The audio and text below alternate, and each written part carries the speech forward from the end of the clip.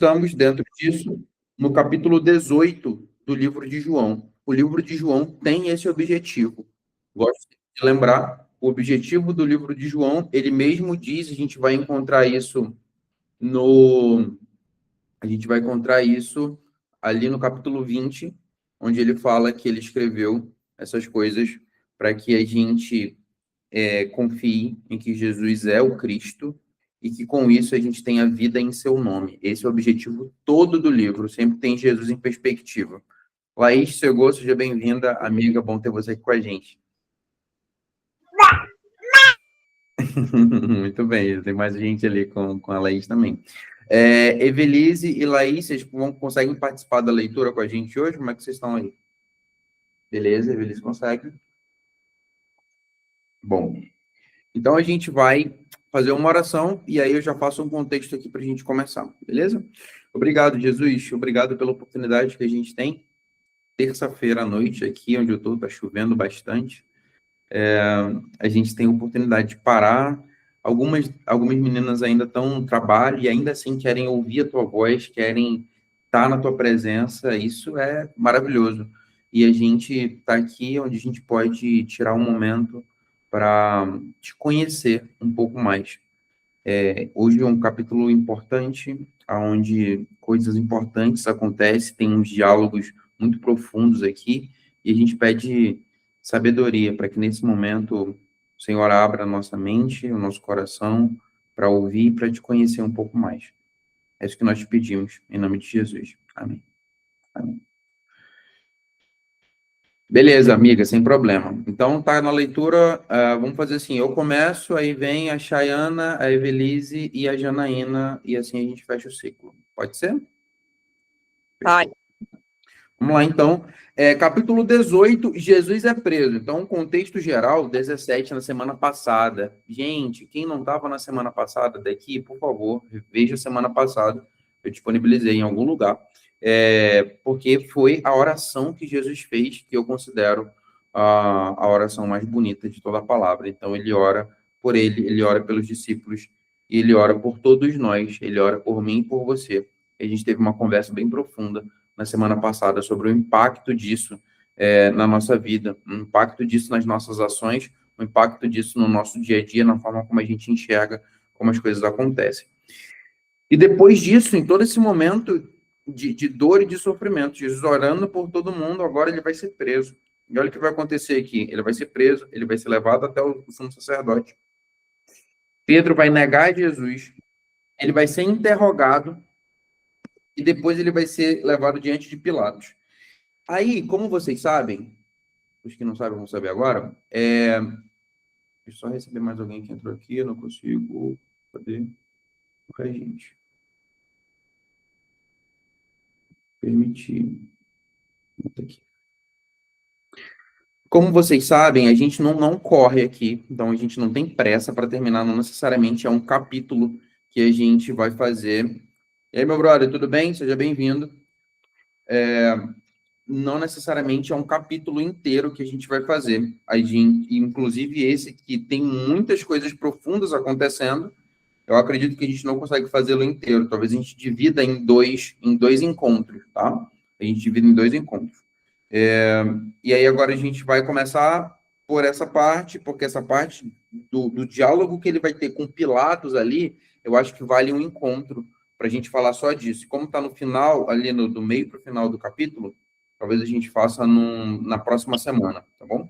Vamos começar aqui então, o capítulo 18, versículo 1. Jesus é preso. Depois de dizer essas coisas, Jesus atravessou o riacho de Cedron. Essas coisas o quê? A oração linda que ele fez no capítulo anterior. Com os seus discípulos e entrou em um bosque de oliveiras. Versículo 2. Ora, Judas, o traidor, conhecia aquele lugar porque Jesus muitas vezes se reunia ali com os seus discípulos. Então Judas foi para o olival, levando consigo um destacamento de soldados e alguns guardas enviados pelos chefes dos sacerdotes e fariseus, levando tochas, lanternas e armas.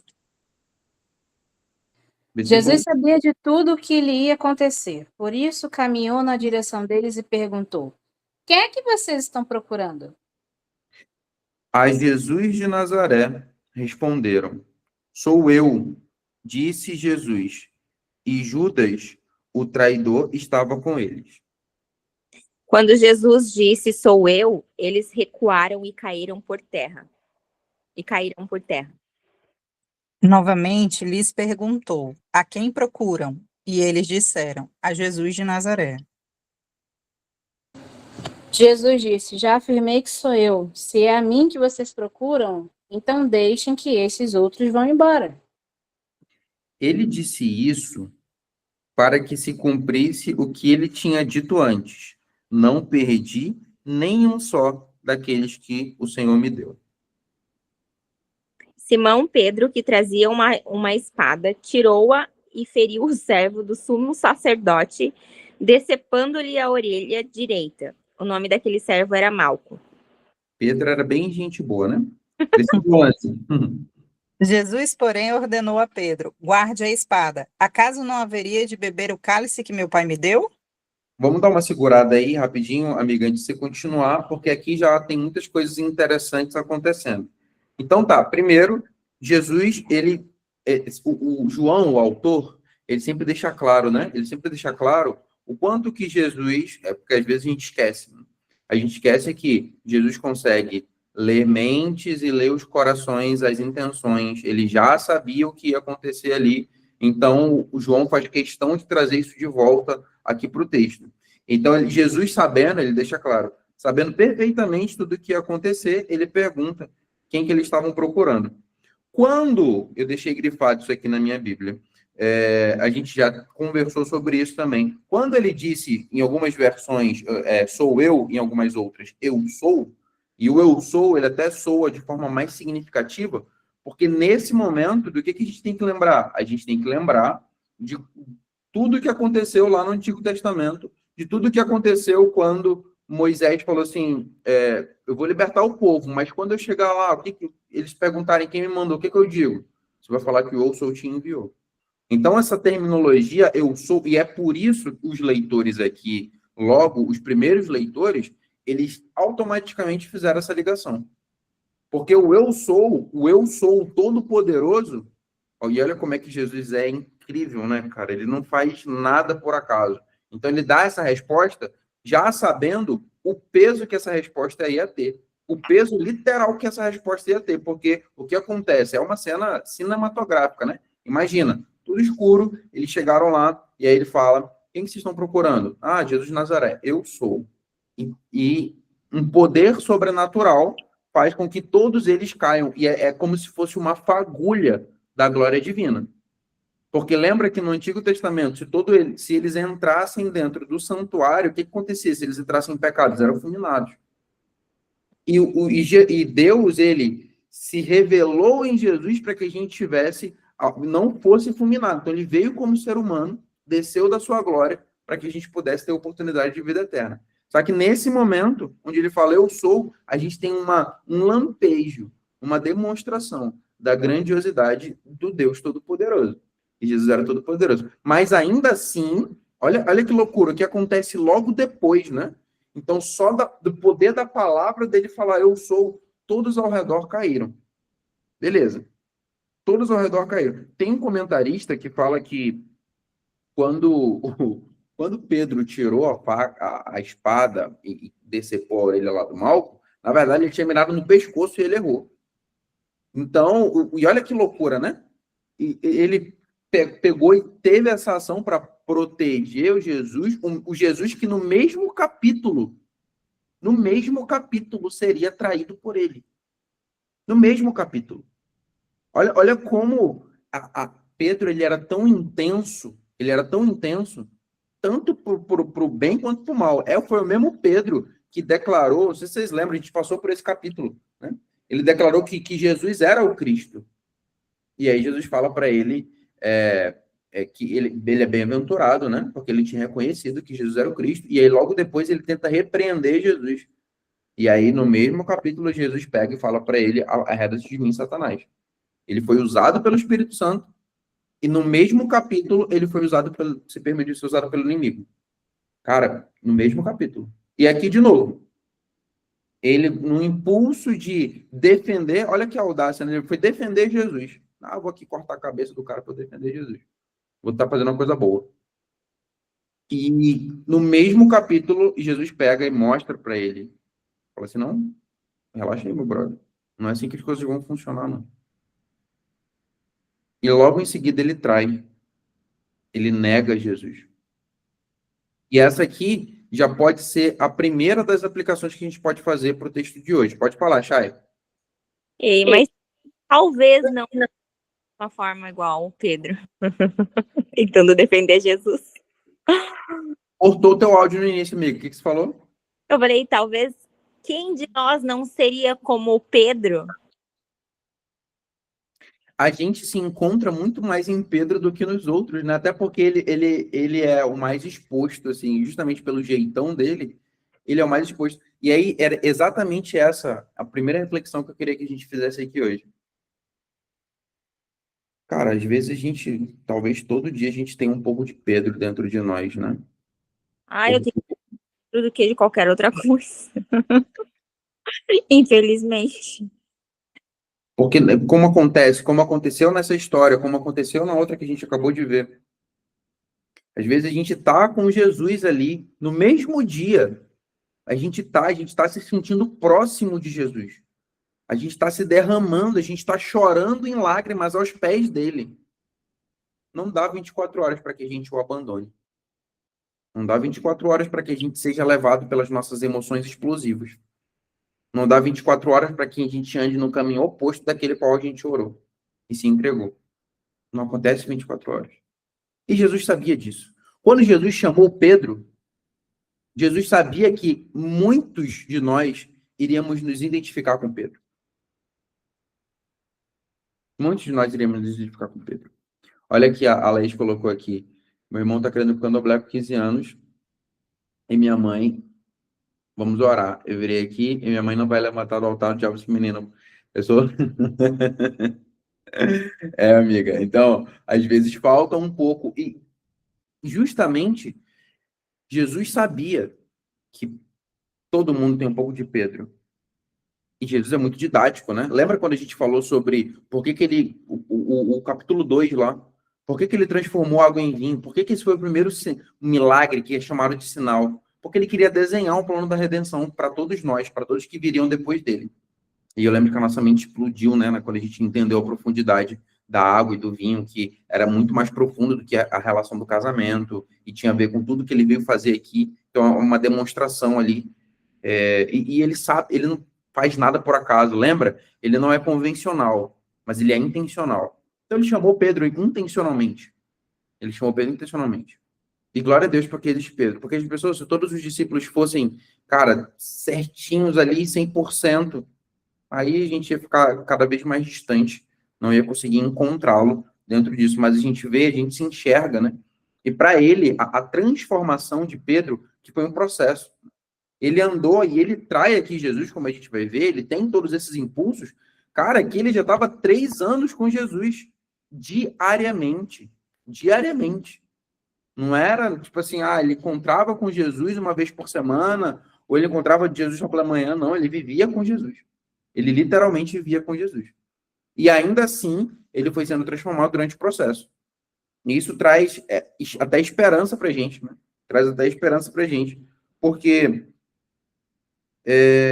quando ele faz isso, e aí Jesus diz para ele, Pedro, guarde a sua espada.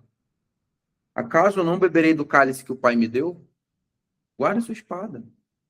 Eu vou fazer o que precisa ser feito. E aí termina essa cena e agora ele vai ser levado. Aí algumas coisas bizarras vão acontecer agora. Lembra que, eu não sei se vocês lembram da reflexão que a gente fez sobre o sumo sacerdote, né? Cara, quem era o sumo sacerdote? Ele era o cara que ele deveria, o sacerdote, o sumo sacerdote. Ele representava o próprio Jesus. E aí Jesus estava ali. E eu sempre acho isso muito bizarro. E foram os caras que planejaram a morte de Jesus. Aqueles caras que eram para ser o representante de Jesus na Terra. Isso é muito maluco. Mas vamos lá. Jesus é levado a Anás. Versículo 12, parou na Janaína.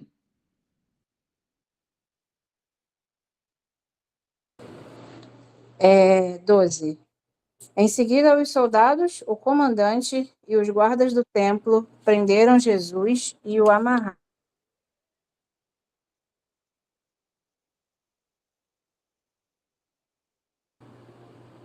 Verdade. Eu estava perdido aqui na leitura. Versículo 13. Primeiramente, o levaram a Anás, que era o sogro de Caifás, o sumo sacerdote naquele ano. Caifás era quem tinha dito aos judeus que seria bom que um homem morresse pelo povo. Olha só, aí só um parêntese aqui, antes da gente seguir. Vocês estão percebendo que toda a jogada política, Anás ele já tinha sido sumo sacerdote, ele era sogro de Caifás, que agora era o sumo sacerdote, tudo na mesma família. O sacerdócio ali tinha virado algo muito mais político e ideológico do que de fato que era para ter sido exercido quando foi instituído ali com Arão e a sua descendência. Então tinha se perdido no meio do processo. E tinha sido instituído justamente para apontar para o Messias, porque o que o sacerdote, o sumo sacerdote fazia? Eles faziam sacrifícios diários, né? Aquilo ali não tirava o pecado do povo, era imputado, era tirado o pecado, mas era como se fosse um crédito por algo que Jesus ainda havia fazer. Mas aquilo se perdeu dentro de uma religiosidade vazia. E muitas atrocidades foram feitas com esse sacerdote, com esse sumo sacerdote. Então, eles usavam o poder, porque a liderança religiosa, eles eram os líderes do mais alto escalão dentro da religiosidade. E aquilo era usado por puro poder para manipular o povo. E eles tinham, inclusive, eles andavam ali conjugados com os romanos, né? Com os romanos. Então, tudo isso sempre me pega muito, porque se a gente parar para analisar, existe um cenário um tanto quanto parecido no mundo que a gente vive hoje. Que, infelizmente, às vezes as pessoas que eram para nos guiar dentro do que acontece, era para nos guiar dentro da palavra, usam a palavra para subjugar outras pessoas. Usam a palavra para manipular outras pessoas. Quantos escândalos vocês já não viram, né? Quantos escândalos nos últimos dias? E isso, infelizmente, faz com que pessoas que tenham um mínimo interesse em Jesus, elas se afastem e achem que cristão e crente é tudo igual, que os seguidores de Jesus são tudo iguais. E as pessoas perdem a confiança nos líderes religiosos. Porque tem lastro, né? Tem lastro. Aqueles que eram para ser os representantes de Jesus. Pode falar, Chay. Porque, na verdade, as pessoas, elas colocam, né, os pastores, né, exemplos dessas questões, como nesse pedestal, né, como se eles fossem intocáveis, como se eles fossem pessoas que não erram. Eles substituem, né, fazem uma ponte, tipo, tá ali, é um líder e jamais pode cometer algum pecado, né? Então eles não olham como ser humano falho, eles olham como alguém soberano, né? E colocam, muitas vezes, substituem o lugar dessa pessoa. Aí eu acho que isso está muito mais voltada para ignorância e religiosidade do que qualquer outra coisa, né? Do que espiritualidade. Exato. Fala, Evelise. Em algum momento aqui à frente, eu acho, ou já passou, não, mas eu acho que é à frente, que Jesus vai falar que, assim, que se ele quisesse, o pai dele teria enviado centenas e centenas de anjos para protegê-lo, né?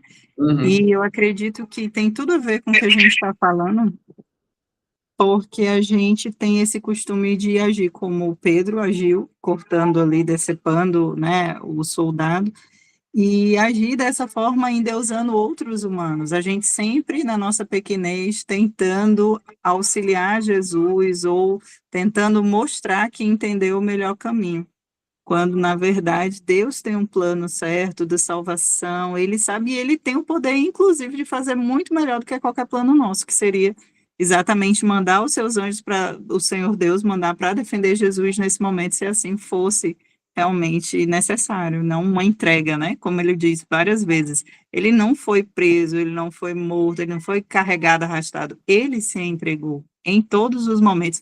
E é muito explícito isso. Quem de nós consegue se entregar por Jesus?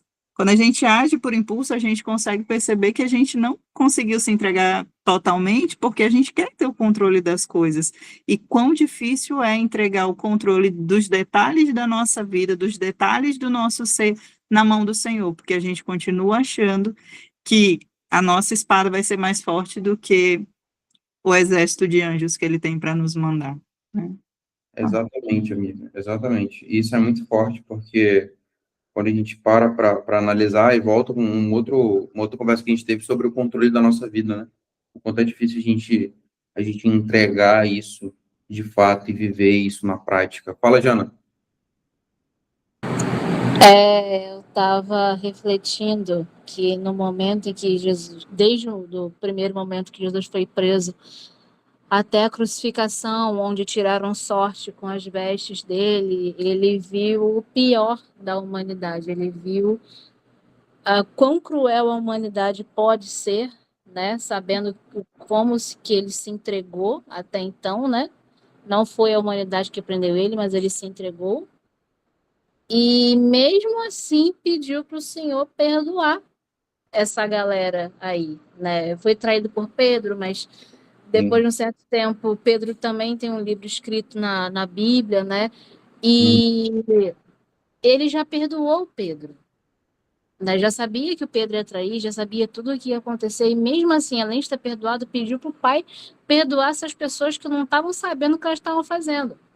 E eu tiro isso para mim, eu fico, meu Deus, a gente julga, a gente aponta, a gente quer tomar partido quando fala de Jesus, mas a gente não quer se arrepender e não quer olhar para os nossos próprios erros. A gente não quer. Eu sempre falo, eu aprendi que a gente ama muito Jesus até ele mostrar o quanto ele é soberano nas nossas vidas, né? O quanto o nosso querer é tão diminuto, né? A ponto dele fazer o que ele quer, né, com a gente. E na crucificação, nesse tempo aí de crucificação, eu paro para refletir o quanto que ele se doou para a gente, o quanto que a gente, mesmo sem merecer, ele foi lá mudinho, caladinho, e fez o que era para ter sido feito. O João 20, quando a gente chegar, é um capítulo que ele é um pouco pesado para mim, porque na minha cabeça até então eu não consigo, até hoje, gente, eu não consigo conceber tamanho sacrifício, sabe? Uhum. E aí, amiga, você tocou num ponto, né? Perdão. Cara, é muito difícil perdoar. Eu não sei vocês. É muito difícil perdoar para mim. É muito difícil. É Foi, algo, eu peço foi para triste. eu peço para Deus me tratar em relação a que diz respeito a perdão. Porque a oração é clara. Perdoa os nossos pecados, assim como nós temos perdoado os nossos devedores. Né, cara? Eu passei por esse vale aí, por esse ensinamento a respeito de perdão, né?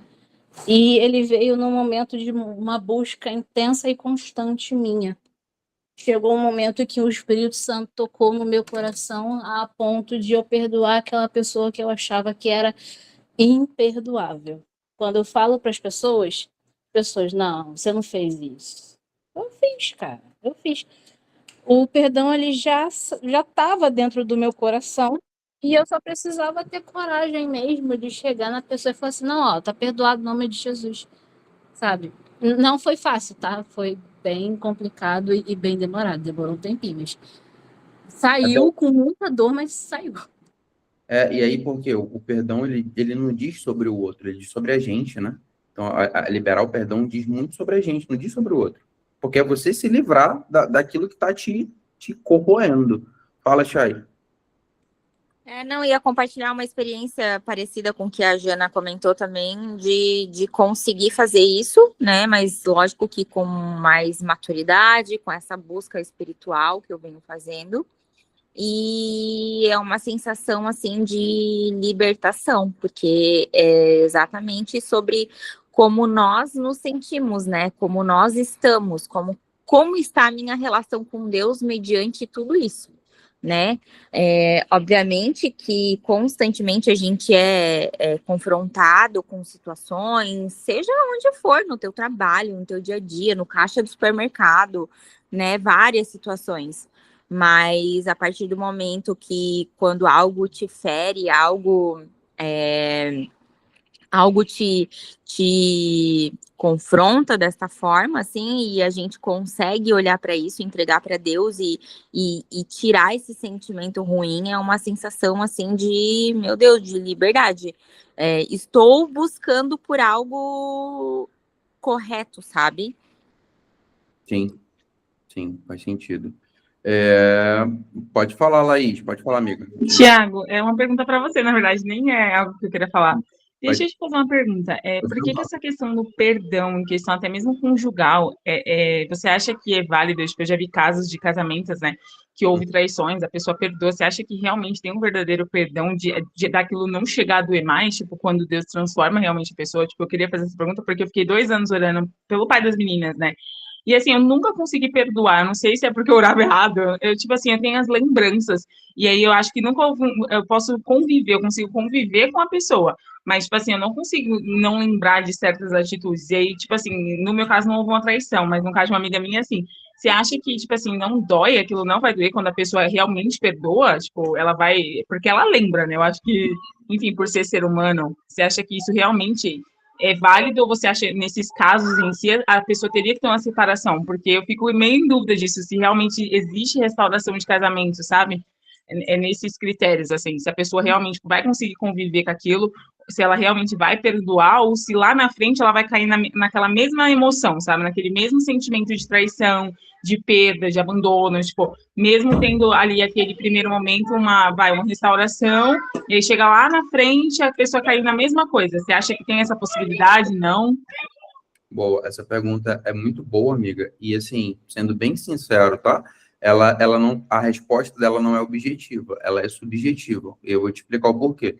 Porque diante da Bíblia, o que que a gente tem? A gente tem que do adultério, você está livre para seguir, você está livre para seguir sem essa pessoa, né? Sem o cônjuge. Então, se rolou adultério ou umas coisas extremas como violência ou algo nesse sentido, que não foi julgo desigual, você pode seguir. Agora, eu vou te trazer um ponto aqui, de história real.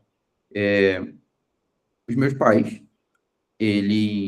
houve traição no casamento dos meus pais. Por muitos anos, meu pai não era da igreja e minha mãe tinha todos os motivos do mundo para ir embora. Ela não foi. Ela perdoou e depois de muito tempo meu pai foi transformado. Aí, por isso que eu te digo que é subjetivo, porque eu vou trazer uma outra história depois. Ele foi transformado. E hoje, se minha mãe tivesse desistido, eu não sei onde eu estaria, ou meu irmão estaríamos. Porque o que ela sofreu, mas o que ela segurou a onda, e a transformação foi sincera a ponto de... Eu até converso com minha mãe sobre isso. Quando ela lembra, dói. É lógico que dói. Mas ela fala que essa dor valeu a pena. Beleza, essa é uma história. Outra história. Houve a mesma situação em relação aos meus sogros. Então, os pais da minha esposa. Tanto é que nós dois viemos numa família disfuncional e decidiu que isso não ia lutar no nosso casamento. E no caso deles, que os dois eram da igreja, houve a mesma situação, houve uma luta pelo casamento, mas que a dor só foi aumentando, a dor só, mesmo com o perdão de tentar as coisas acontecerem, só foi piorando, só foi piorando. Então, são situações onde o ato aconteceu, mas que tiveram desdobramentos totalmente diferentes. Aí te dizer que, diante da Bíblia, as duas, tanto é que chegou uma hora em que eles decidiram realmente cada um seguir a sua vida.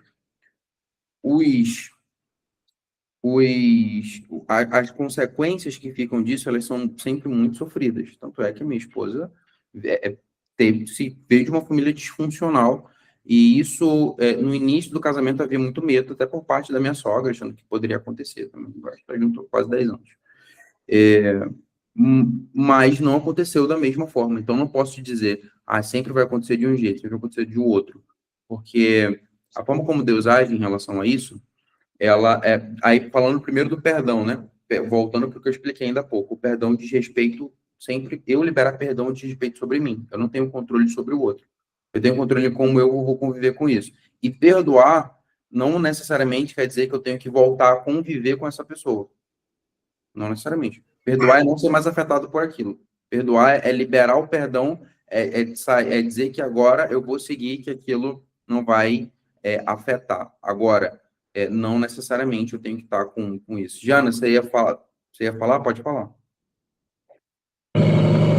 Eu não sei se a resposta da Laís já foi, a pergunta já foi respondida, mas eu queria compartilhar uma experiência muito forte de perdão que me acometeu e tem acontecido, né, na minha vida, porque como eu havia dito antes, perdão não é fácil, né?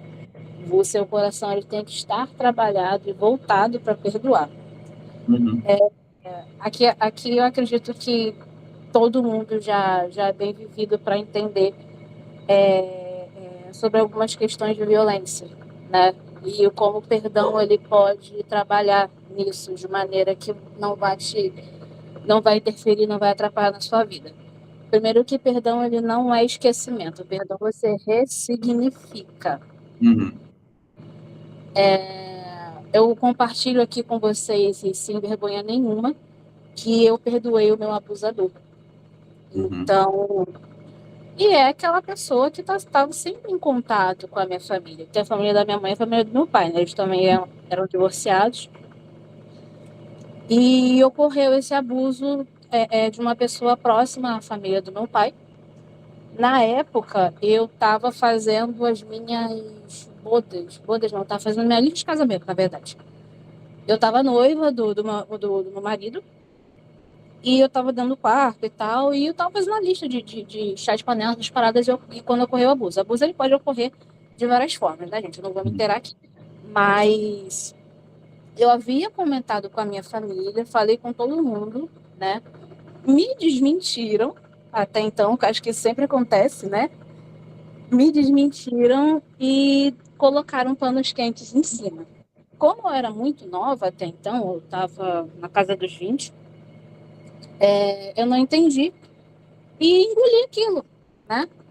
Aí, de uns tempos para cá, acho que foi no início do ano, né, o Espírito Santo começou a me incomodar a respeito disso, porque a falta de perdão também trava muito algumas questões na nossa vida. Então, a gente precisa realmente perdoar. E se o Jesus perdoar a gente, né? Quem somos nós na fila do pão para não perdoar a pessoa? E aí, o que acontece? Eu conversei com meu marido, porque meu marido, na época que era meu noivo, também estava sabendo, né? Nós dois, olha, presta atenção, nós dois fomos sovados de questões, nós dois fomos enterrados de indagações, a gente foi deslegitimado como reclamante, como vítimas até então da situação, e deixamos para lá. E foi por isso, foi por isso que a gente casou rápido até então. A gente queria fazer festa e tal, mas a gente não estava mais aguentando essas questões e a gente acabou casando rápido. E o que ocorreu? O Senhor falou assim, olha, tá na hora de perdoar. Aí, quando eu falei pro meu marido, a gente brigou. Assim, bem, eu preciso fazer isso. Não é porque fulano tá merecendo, não é porque eu tô deixando de merecer, entendeu? Todo mundo é pecador no rolê, mas a gente precisa perdoar. Então, eu pedi o telefone dele, entrei em contato com ele e falei assim, olha, a partir de agora, eu não quero mais carregar esse fardo, eu tô perdoando você, acabou aqui. Mas eu também conversei com a minha família, porque o que doeu não foi só o abuso, o que doeu foi a minha família não ter me acolhido, né? Então, foi uma parada familiar também. Hoje, eu ainda falo com a minha família normal, já trocamos perdões entre si até então, né? Só que a pessoa continua lá. E toda vez que eu vou visitá-los, eu ainda tenho que ouvir, olha, fulaninho é bênção, sabe? E hoje eu posso falar para você que não dói mais. pode me causar dor por conta da cegueira deles, por conta do posicionamento deles, né? A gente é humano, a gente vai sentir dor mesmo, tá? Mesmo que a gente perdoe. Uhum. Mas não é aquela dor excruciante, não é aquela dor frustrante que vai me fazer dar vontade de chorar, dar vontade de gritar, dar vontade de magoar alguém de volta. Não é assim. É uma dor constante, sabendo que eles sempre vão estar fadados àquilo e que não tem mais nada a ver comigo. Então, assim, o posicionamento deles, infelizmente, me afastou deles, né? Igual você falou, a gente não é obrigado a conviver. Não sou. E não convivo. Mas é uma parada que me marcou bastante, né? Eu sempre vou falar para quem tiver que perguntar, porque a minha vida ela deu um salto muito grande emocionalmente falando quando eu comecei a tratar essas questões de perdão. Eu saí pedindo perdão para todo mundo, inclusive para as pessoas que eu havia criado confusão, porque não é porque a gente foi ferido que a gente não fere também. Sim. Então, todas as pessoas que eu havia criado confusão, que ficou no passado, que eu também tentei colocar panos quentes, eu fui lá na pessoa, entrei em contato, mandei uma mensagem e pedi perdão. Às vezes a pessoa responde, às vezes a pessoa não responde, mas Jesus manda fazer o quê? A gente pedir perdão, não manda a gente render assunto. Então, trocamos perdão também entre si e a vida que segue, né? E eu acho que se em algum momento alguma dessas pessoas que cruzaram com a minha história e eu cruzei com a delas, que realmente quiserem conhecer verdadeiramente Jesus, elas também vão querer ir para o mesmo lugar do que eu, né? Então, eu não posso tirar isso da pessoa e nem ela pode tirar de mim. E até porque perdão é ausência de vínculo, né? Você não precisa ficar carregando o fardo do ódio, o fardo da indiferença. Você simplesmente não sente. Você simplesmente sabe que agora a sua vida vai tocar, independente do que a pessoa está fazendo ou não, independente do que você pensa e do que da outra pessoa pensa. É assim, gente, a vida que segue, tá? Eu já falei que eu não tenho vergonha de falar disso, até porque terapia, né, gente? Eu falo muito com Jesus, o Espírito Santo cura, mas recomendo terapia para todo mundo, de que isso é um assunto superado. E qualquer pessoa que vier me perguntar, eu posso falar sem problema nenhum, porque é um assunto que não me fere. Já me feriu muito, né? Eu não sei se já passaram com vocês de um assunto incomodar vocês a ponto de vocês não querer falar sobre isso, porque é algo que te fere tanto, é tão profundo, que você prefere tapar o sol com a peneira, sabe?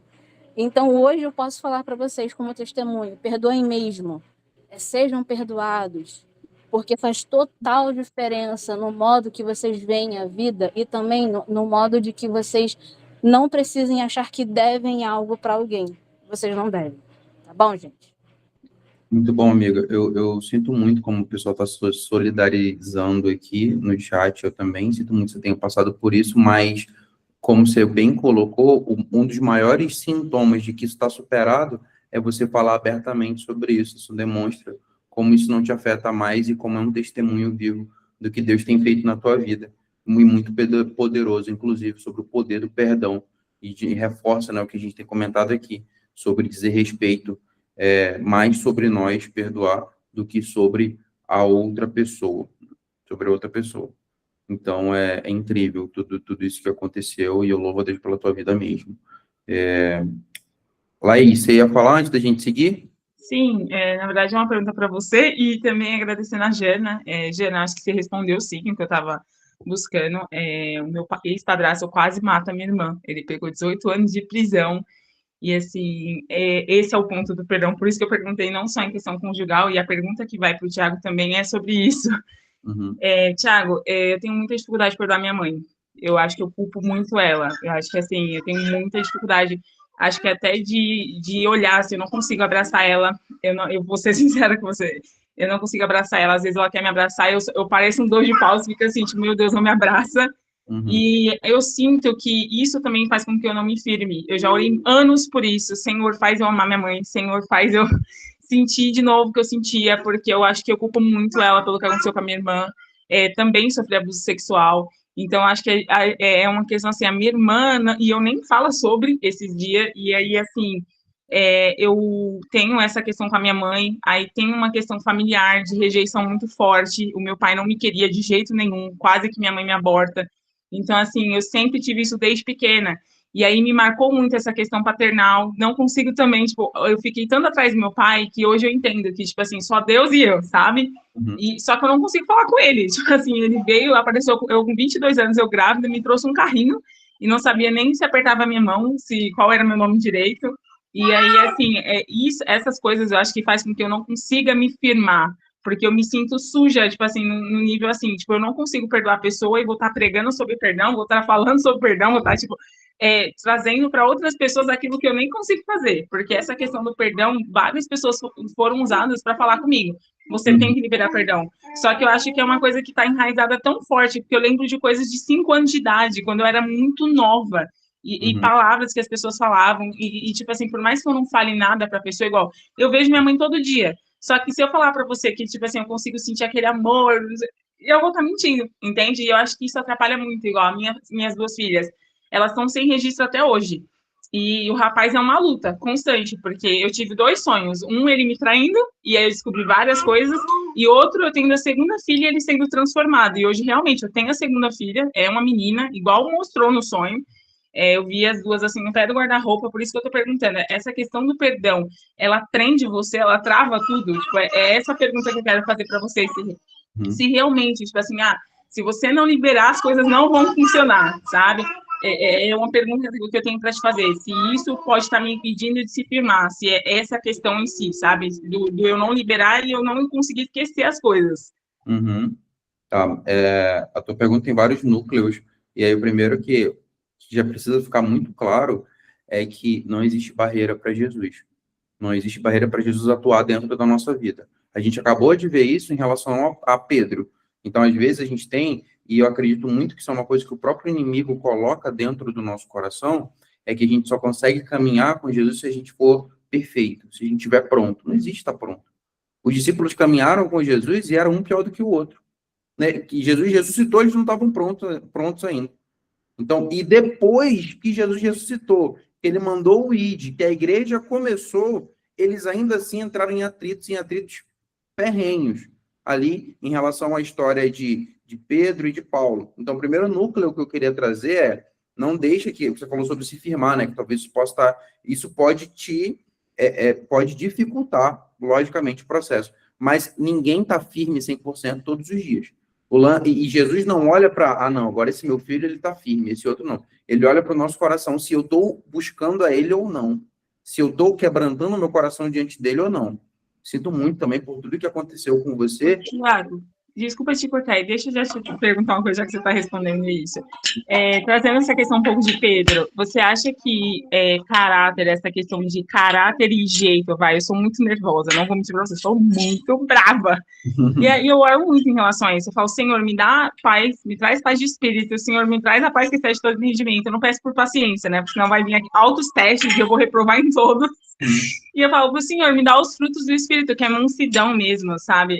Às vezes não é nem o jeito de falar de dar patada, nada, mas eu acho que eu vou guardando, uma hora explode, sabe? E eu acho que isso também ajuda muito para mim, tipo assim, dificultar mais ainda o processo, porque eu me sinto meio que indigna. Eu fico tipo assim, meu Deus do céu, eu não consigo mudar, nada na minha volta muda, eu não consigo perdoar as pessoas que eu tenho que perdoar, sabendo que eu tenho que perdoar, e aí eu fico tipo assim, quando que vai acontecer essa mudança em mim, sabe? Porque eu reconheço que eu preciso, só que eu fico tipo assim, meu Deus, por que você não faz logo, sabe? Tipo, no estalar de dedos. Então, isso também dificulta muito para mim, tipo assim, será que um dia vai acontecer? Será que isso é para sempre? Tipo, a raiz mesmo, sabe? Nossa, tipo, eu sei que é má. Só que, tipo assim, às vezes eu fico muito nervosa, eu fico assim, tá bom, vou fazer terapia, mas, tipo assim, só Deus mesmo para transformar, sabe? E aí, tipo assim, eu queria saber desse processo com você, se realmente, tipo assim, tem esse processo, se você tem uma menção de tempo referente a isso, ou se, tipo assim, a pessoa é aquilo e pronto, tipo, não tem essa mudança, sabe? Amigo, eu fico feliz pelas suas dúvidas sinceras, porque esse é um outro ponto. Às vezes a gente fica na nossa oração, né? Eu tenho escrito sobre isso esses dias. Deus, ele nunca vai se ofender, Jesus nunca vai se ofender com uma dúvida sincera. Nunca, nunca. Sabe o que ofende o Jesus e Deus? Ofende a eles a hipocrisia. Hipocrisia é uma coisa que ofende. Mas uma dúvida sincera, como todas as que estão sendo colocadas aqui, isso não ofende. E aí, de novo, eu não posso mentir para nenhum de vocês aqui, nem para você, amiga, dizer que tem um tempo exato, a forma como Jesus trabalha dentro da vida de cada um é muito particular. E aí é por isso que a gente vem para a palavra. A gente vem para a palavra e, se você parar para perceber, a maioria do texto bíblico ele está em formato de narrativa, porque a gente naturalmente aprende muito com as histórias. Então, sempre que... o que eu posso te dizer, te confirmar, é que ele transforma. Ponto 1. Olha como ele mudou... olha como ele mudou Pedro, né? Como ele foi mudando, mesmo que, cara, caindo, levantando, caindo, levantando. Outras pessoas tiveram uma mudança de 180 graus, como foi a de Paulo, como foi a de Moisés, por exemplo. Era isso que eu estava tentando lembrar. Cara, Moisés, ele era um cara bem nervoso e depois ele foi considerado o homem mais manso da terra.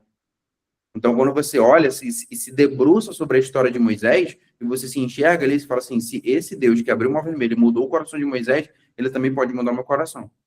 E se esse é o... E Paulo carregou a vida inteira o espinho na carne.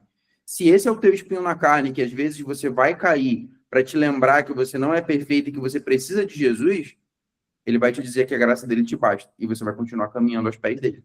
O lance é, se arrastando ou não, se arraste para os pés de Jesus, ao invés de correr dos pés dele. E ele vai transformando no processo. É o processo. É o processo. Evelise, você ia falar, amiga? Pode falar.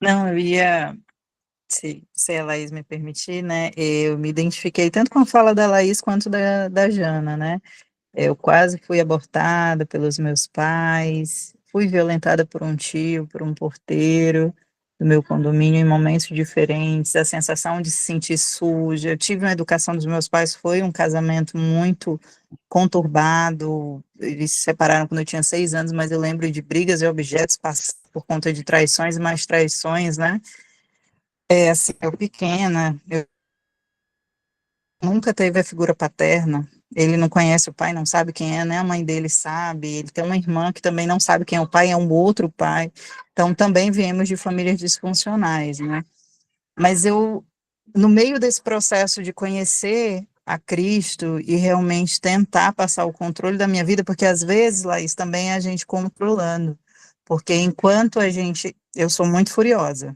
sou uma cearense extremamente furiosa, né, e venho de uma família matriarcal. Então, nós, mulheres, muitas vezes, tomamos o papel do homem e da mulher, porque é necessário, né, de acordo com as nossas histórias. E aí, essa descoberta da relação, de ler, você vai lendo, e você só diz assim, Senhor, tô aqui, e dá uma lida. E vai fazendo um tijolinho a cada dia, seja de manhã, seja de noite, o momento que você conseguir. Às vezes, quando você está querendo chorar dentro do banheiro, dá uma lida no que está lá na palavra, alguma coisa, um provérbio, um salmo, alguma coisa.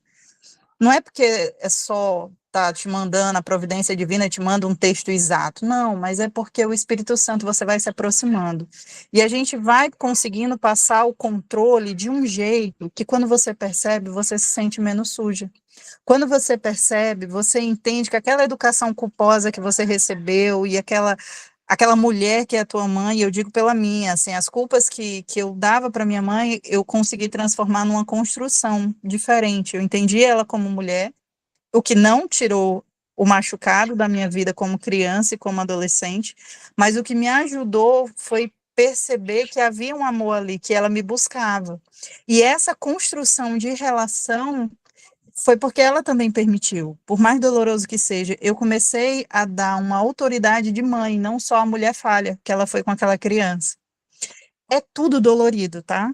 É tudo dolorido. É tudo.